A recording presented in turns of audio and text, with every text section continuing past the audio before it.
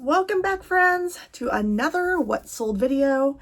I'm Lori, Happy Picker. I'm glad you're taking the time out of your day to join me. And besides showing you what sold today, we're going to talk a little bit about how much money are resellers really making. When you see us throw up all these sold figures, how much of that are we getting to take home? How much is that truly net? And why it's hard to be a full-time reseller and to be aware of the costs, the hidden costs, and things you may not be thinking about. So stay tuned and we'll dig into that a little bit.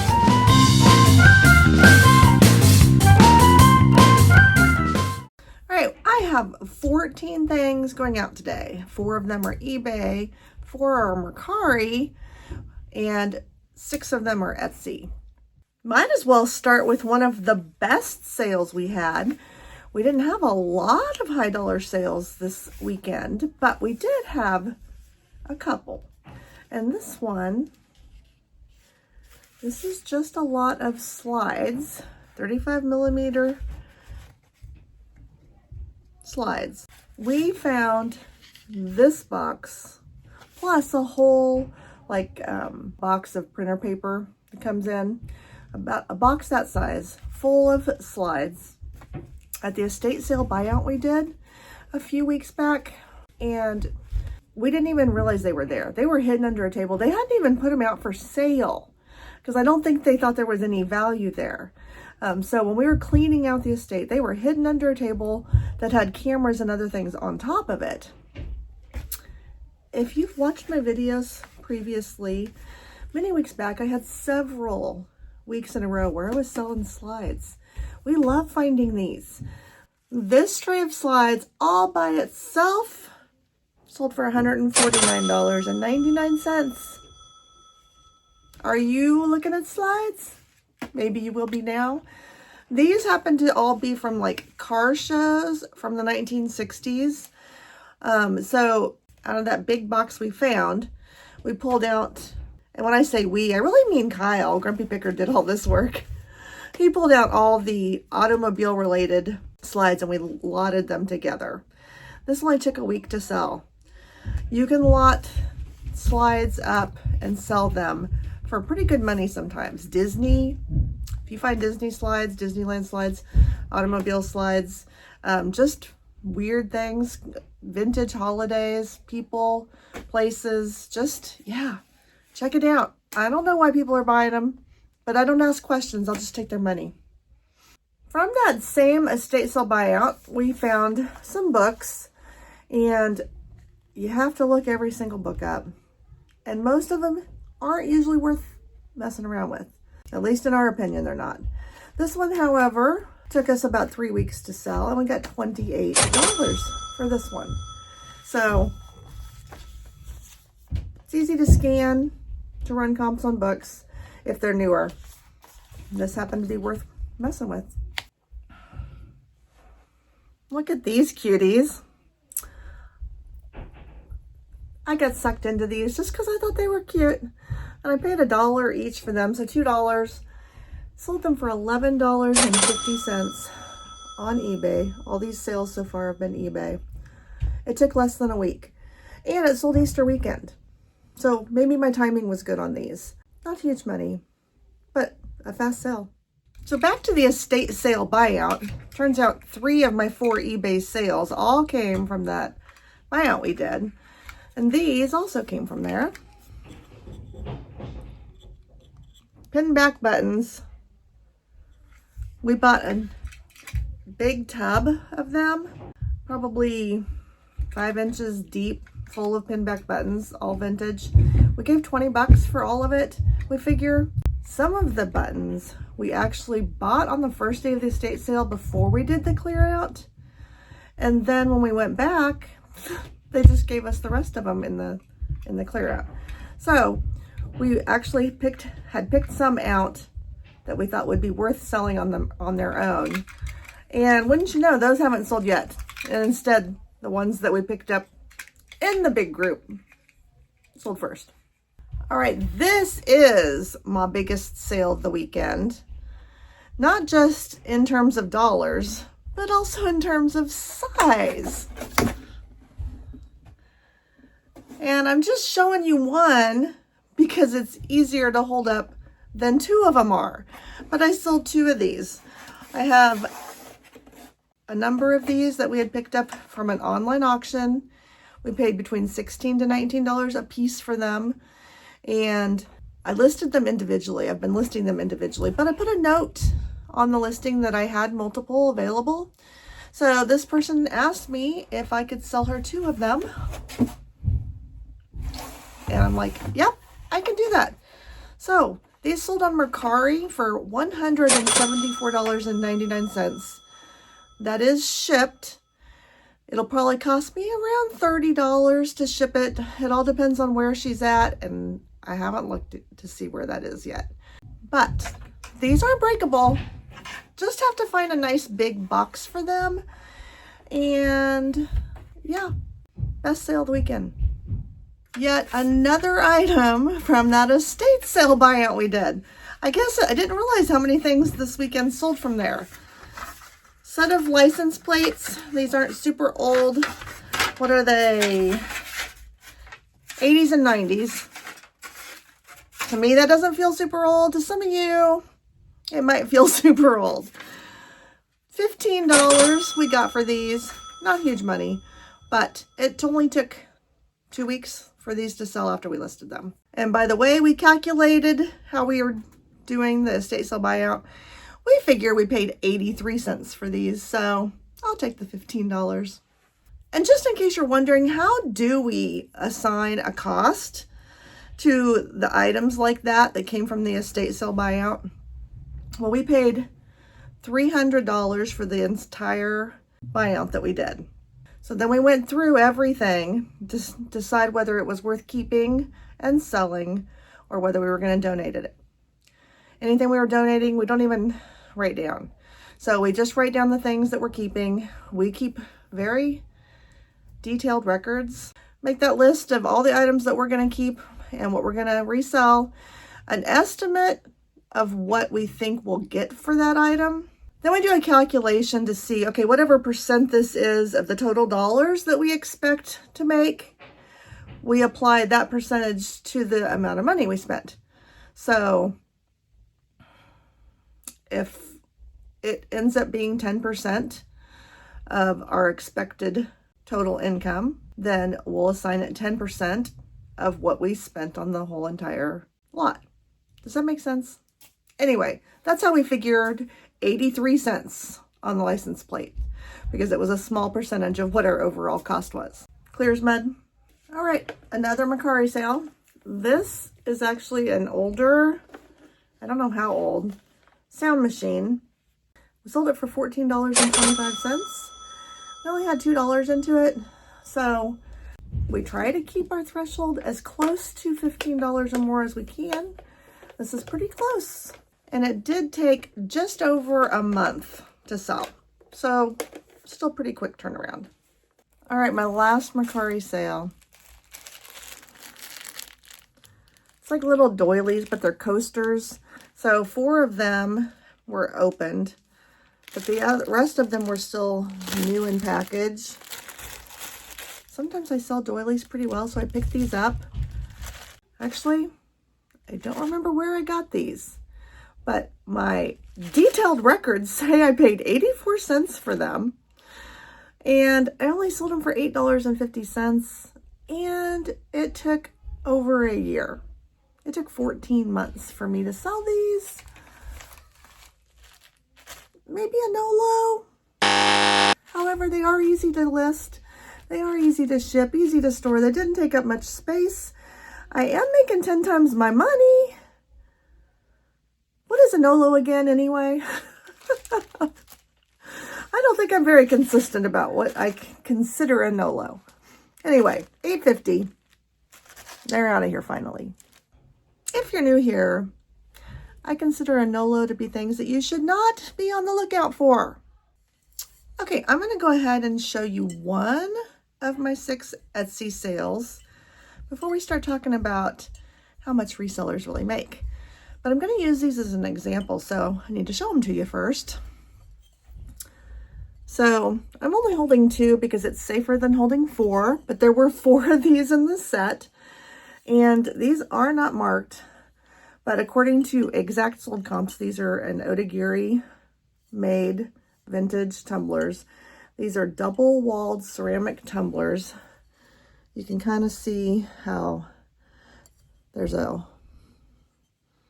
another wall inside of these. These are pretty nifty. And these came from my friend Paula. And I paid her $11? Paid her $11. I don't know how we arrived at that number. But these sold for $41.99 on Etsy. They only pay $5 for shipping. So add that to the cost. And these are going to cost more than $5 to ship. We'll talk about the exact numbers in a little bit. But they sold fast. Fast being about 3 weeks for these to sell. Okay, let's talk now a little bit about how much are these resellers really making. When I show you all these sold items, it looks like I'm making really good money sometimes. I'm doing okay, but it is hard to be a full-time reseller and live just on that income. I don't have to do that yet.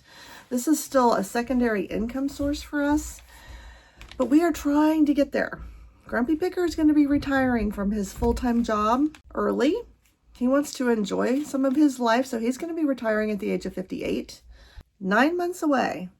And I'm trying to do everything I can to build our business up to the point that it will sustain us. It'll help that we're both doing it. I think maybe there's a misconception about how easy it might be. It's great as a supplementary income. Wonderful. If you don't have to count on it and it's just a supplement to your regular income, that's amazing. And I would highly recommend it. It has paid for so many things for us over the years of us doing this. Extra trips and vacations, helped get us out of debt. Now we'll see if we can make that transition over to it being a full-time income. I just heard somebody talking on social media this week. I don't know if you guys have followed American Pickers. They've been around for a long time. Mike Wolf and his friend Frank started out a long time ago with their TV show. And early on in that show, they used to get a lot of flack about lowballing the people they were buying from and underpaying. And we noticed over the years of watching that show that the amount of money that they would pay went up. They would buy something for $300 and sell it for $375. To me, that's not realistic for us. For him, after they'd been doing the show for a while, they totally could do that because they had the income from the show. But they got a lot of flack when they were not paying enough money. People thought that they were taking advantage of these sellers. But as resellers, we make most of our money on the buy. We have to buy low in order to make good money. I'm going to use those tumblers as an example. So those tumblers I sold for $41.99. Collected $5 for shipping on those, which makes $45.99 total on the sale. I haven't shipped them yet, so I'm estimating it's going to cost me around $14 to ship them. Then you have your fees on top of that, and that calculated to $4.83. And then you have my cost of goods, which was $11. So all of a sudden, that number keeps coming down. So then you have a net of $16.16. And you think, oh, that's my net profit, but it's not. It's not. I still have to pay taxes on that money, and I still had to pay for the shipping supplies to ship those items, and I have the time invested, and my time is worth something as well. So I probably don't have a lot of money invested in the shipping supplies. I get a lot of shipping supplies secondhand, but I do buy shipping supplies too. I do buy bubble wrap, which it will require me to use bubble wrap for. So that is a consideration. And taxes, you guys, you cannot forget about taxes. You have to report your income and pay taxes on it. And that roughly is around 25% of your net. So all of a sudden, that $41.99 sale I made is going to give me an actual in-pocket net of about $12. So that doesn't sound near as good as $42, does it? You have to consider everything. Okay, I'm going to use another example. Those printer's trays that I sold for $175. That's great money. I wish every sale was a $175 sale, but even still, it may not be as great as it sounds when you hear me say, I sold these for $175. So let's break it down for you. I did those with free shipping. I was looking to sell those trays for around $75 plus shipping. That would have been $150 plus shipping, but I did this deal for this gal who was wanting to buy both of them. I'm going to sell 2 at once, ship them once. So I went ahead and did it for no extra shipping for her. It's probably going to cost me actually around $30 to ship. But that's a safe guesstimate, I think. Then you have the fees on top of that. This was a Mercari sale, so 10% was $17.49 in fees. Then you have my cost of goods, which I paid around $18 a piece for. That's another $36. So before the shipping supplies and the tax, I'm looking at a net of $91.50. Not too bad, but you got to give 25% of that to the government. I have to set that aside. If you don't set that aside, you're going to be sorry at tax time when you owe a bunch of money. So I always set aside 25% of our net income for tax time. So after that, you're looking at $68 that I'm netting from that $175. I'm happy with $68. I'm just saying it may not be exactly what it seems when you're just seeing sellers like me run through all these sales. Also, our time is valuable. And shipping those trays is not an easy thing to ship. It's a little harder because I got to find the right box. I may have to cut it down to fit because size makes a big difference on the shipping cost. So I don't want an excessively big box. So I'll probably cut it down. That takes time, and time is money. I hope I'm not discouraging you because I love what we do. And I think that we're going to be fine. We're going to be able to make a full-time income on this because there's going to be 2 of us doing the job. We're going to be working together. We're going to be able to list more, ship faster, and it's going to be okay. I just want people to be realistic. I want you to see the whole picture and not just the sunny, oh, look how much this sold for.